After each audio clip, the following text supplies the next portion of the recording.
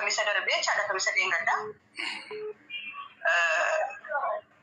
Ati mucaan ka carraa taasee qaalittiin ishee saaffattee naanii beenuu mana galennaan mana galtee.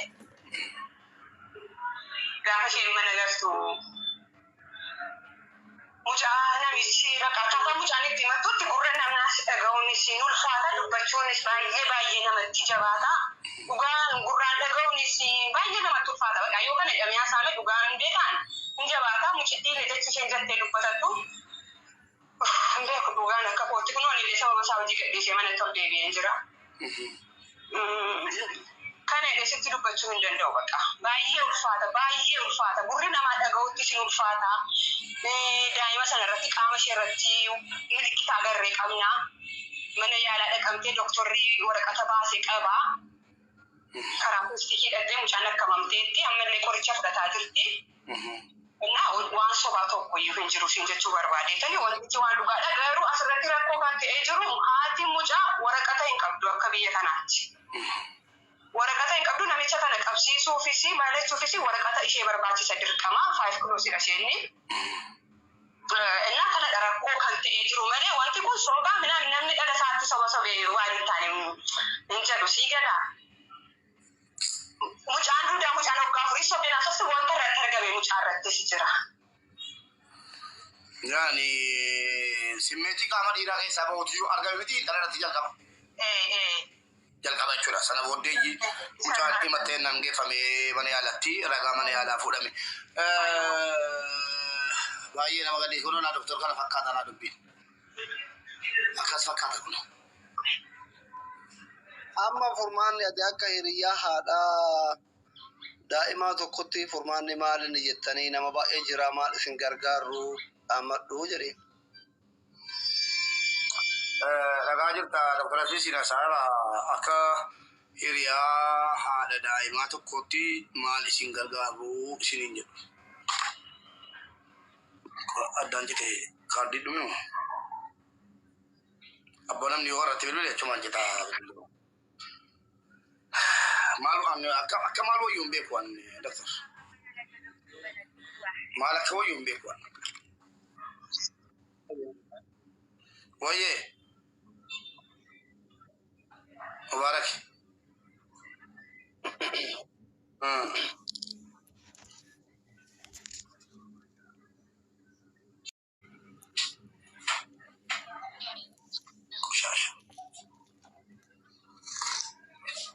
Salphanni ummanni Amma akka rabbi dikkinte akka abbaa rakkataa tokkootti furmaanni maal jettaree waan kana mana seeratti dhiyeessuuf haati waraqaan qabdu biyya kanatti immoo namni waraqaan qabne hin ulfaatu seeratti nama dhiyeessuuf daa'ima sabiyyii hundi kenna ilmaan qabna. Borullee eegamanni kun mana guddisaa ta'e dubartiin biyya kanatti ilmaan guddifattu mana guddisaa geeffattu baay'ee jira. Sigalee furmaanni maal jetta? Wallahi furmaanni namichi kun nama umrii 50 nama hiriyoota erga abbaa wanni immoo gaarii ta'e rabbiin immoo ana beektaa ragaa inuma naa fida. Ana sitti maa jiru mesenjeraan daarektiidhaan walti haati. Achuma namni bilbila walirratti qabeessa dhageesse yeroo itti laasa jechuudha. Dhageesse waan jiru jechuudha. Amma garaa nama nyaatti haati. Ana akka kooti gara kootiin hagan dandeenye bira dhaabadha. Akkas reedi akka hojjolumtu nu jirru as keessa jirru namni Oromoo as keessa jiru waan dandeenye ni gargaara ni achitti. Deemtee dhaba kaadhaan akkasastu qabamuu miti isiin hidhaa boollaatti jedhamtu kun dogoggora seeraati namichi kun seeratti dhiyaachuu qaba bineensa akkanaa nama keessaa bahuu qaban jedhaan Oromoo keessaa bicha miti nama keessaa ilma namaa keessaa bahuu qaba akka yaadamu kootitti wallaahi fannifamuu qaba. Sanu tokko maal jedhu Oromooti hin dogoggore jedhu maal nama dhoggaa 50 ilmoo durbaa dhoggaa 4 dogoggoree ilmoo Oromootiin akkamitti isin dhufa boo wallahi osoo namni qabaadhe barbaadanu qilee nagalchaa malee kiyyoo keessan galchii idimee rikkii dhaabata hidhaa keessatti hin ajjeefamu hin jiraatu hundu walakkaa kanatti lakkifama tokkooti fannifamee harkisaa ol hidhamee dhaabatee tortoree ciccitee dhumaa jira wallahi tu naangoo qabaadhe qoshaasha tish maa abbaa konteenee akii namni dogoggorre hin jiru. Sheexana rabbi maqaatti fuudhe. Sheexana maqaa baasaa. Maa ta'u sheexannoo yoo waswase. Ittuma yaadee godhe bakka. Nama waggaa 50 maalli dargaggeessa ho'i dimu reeffa naddaara simmeetii itti galee jennamu jiran. Otoo suuraa isaa argitaniitu eenyummaa isaa argitanii waa jettanii mataa qabattu. Sanuu suuraa namoota gurguddaa wajjin ka'ee bar nama Oromoo jecha waggaa 12 hidhamee fi artistii Oromoo namni hundi jaalatu hojii.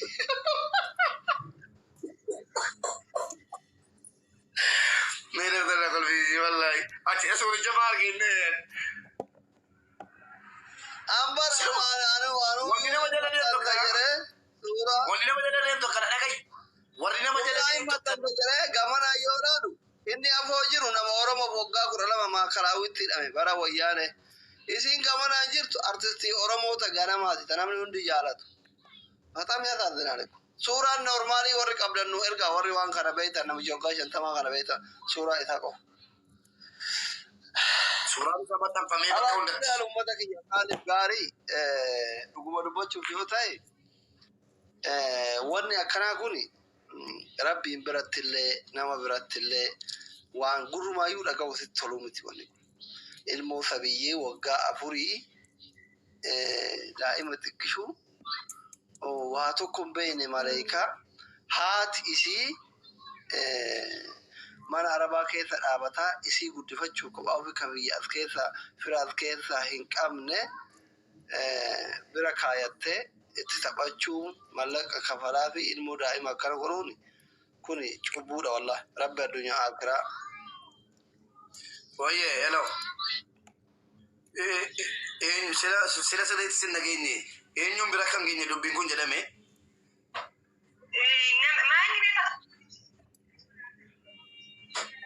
Laa nama keeroo keessaa abaluun bira kan geenye kan jedhame eenyuun naan jette reefa nu bataara. Akkanaan akkatti dhageessu namni barbaadu hin jiru malee. Maan poolisii dhamu.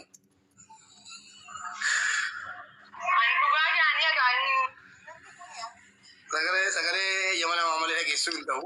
Obboleessoo Mubaarak akka nageenyee jiran harka diina seera jechuudhaan diina daduu qaba jechuudhaan tosaan badheera wallaahi biyya kana bahuun qaba silaa Oromoo na baasaa jirtu jabaatee gara biyyaatti akkana bahuu dadhabu na guddaa dura asii akka nageenyee jedhama ammas biidiyaarraa lashee deemna Mubaarak akka nageenyee si dagatteetti uummanni. Subhanallah, nuti sudah. Nama guddaa ta'e hankee kana amma yoo masabiyyi taanani malee ani waan akkana kana dubbachuun jaaladhu dhiise abbo rabbi waan duree sun haa araara wallahi daa'ima sabiyyi taanani natti ulfaate malee kun bar warruma waanuma gurraa fuusiti toluu miti bar beera gurraa yoo ta'e rakkoon qabu bara michi kun osoo jaartii namaa gudeede osoo dhalaa singilii gudeede gudeedu takkayyuu miti gudeedaa oolee gudeedaa bulee rakkoo miti bar no problem. Maalan jedhe beektaa Dr. Waata kositti mu dhugaa jirtu. Tarii asiin daawwataa jiru ta'a. Nama kuma tokko akkasuma jira. Siblas akkasuma jira. Wallaahi laa karabbina argula. Karabbina argu. Yeroo waan kana dhaga'u mucaa bira kaatti jedhamu. Ahaa. Dhiirti miskiinni akkana biyya kana keessaa jalluma itti ilmoo namaa qabdu kuni dhiira akkamiitii jedhee ol ilaalee gahaa waan naqu. Riyaa bira naqu. Affanimee taa'u. Haadhumatti deemaa jedhe ilaalu waan soba qabna jechuudha. Kun isa haadhatti loogaa fireendiidha bakka. Ilmoo ambaatti fudhattee ilmoo abbaa biraatti fudhattee itti galte fireendiidha waan ta'eef isiituu of dafarsiise jireenya wama danuun caba qaawale mataa keessatti jechuudha. Booda mana guddisaa ta'uu yeroo na ga'u tasa dubbiin harkaa dukkanaa beektaa.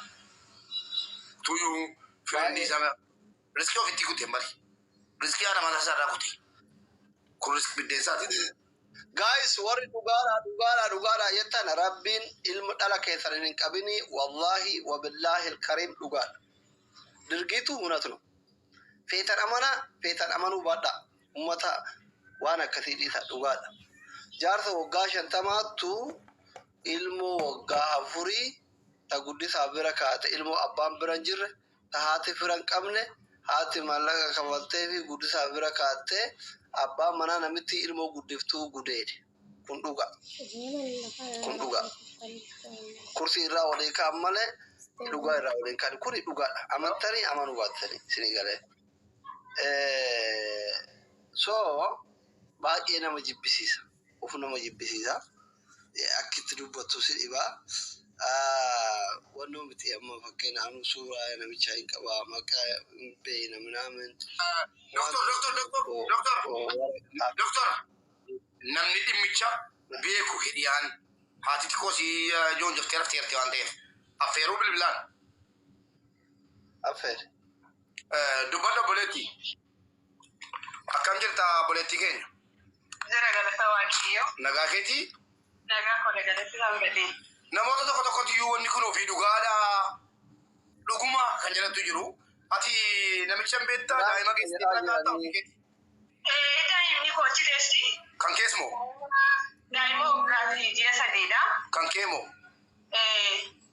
Ishii kan isii sana kan hiriyaa keetii yoo? Kan hiriyaa kooti daa'ima waggaa afuriidha. Namichi inni soba minaamin jedhamu haasaan sobaa tokko hin jiru. Waraqatti ragaanii kan doktoraa jira. Mi'a akkaataa taateen kun itti uumame nuu himime. Taatee kana haati mana yaalaa deemtee turte. Haati mana kamii eenyu ifa akka namaa ta'u. Qaalichi kun haati waraqaan qabdu ta'ee isiin tun bara haqa dhabuu deemti amma. Waraqaan qabdu yoo waraqaan qabne isiin kasasuu hin dandeessu. Namni Oromoo biraa kasasuu qaba isa. Hidhamuu qabda achi jalatti dabaruu qaba. Akka ta'e uummata keenya. Jireenya balleessee. Akka ta'e uummata keenya. Namoonni jala jirtan namni 700 hundi keessaniyyuu warra gasiirra jiran Dr. Asirraa Kaasaatiif oolu godha. Dr. Asirrii akkaawuntiin isaanii gaddaa jala gubanii uummanni diinni koo jala gubanii hundi keessaniyyuu Dr. Asirraa Kaasaatiif oolu godhaa tokko jedha. Lammaffaan immoo amma rakkoon guddaan jiru maali? Obboleettiin keenya kuni neetworkii sii dalagaa jiru. Haasawuttuu bilbila yuutiin haasawuttuu sila balagoonaa teessee naannootti mucaa jala rakkuma amma mucaa bireetti. Yoon kee amma dhaqee fagoo miti salaata malaa beela yoo nama ka'e dhaqee neetworkiin tasuma isiin hojjetu akka amma na biratti hojjetaa jirutti. Isiin dubbisaa jira. Waa'ee namicha kanaa immoo dhibbatti amanaa. Wallahi sila otoo asliyan messengeraan haasaaruu dawwalamnaan sagalee ol qabee dhaggeeffachiise maalan dhagee jedhe waanuma mana keessa dhageesse kun akkaatti jiramaa jedheen dhageessise. Kanaaf mata keenya qaali mucaan gudeedamuudhuma gudeedamummaa hin ejjeesse malee gudeedaan ikkoo nama waggaa 17 ga'e gudeedame jedhama yaani dandamatee raafa.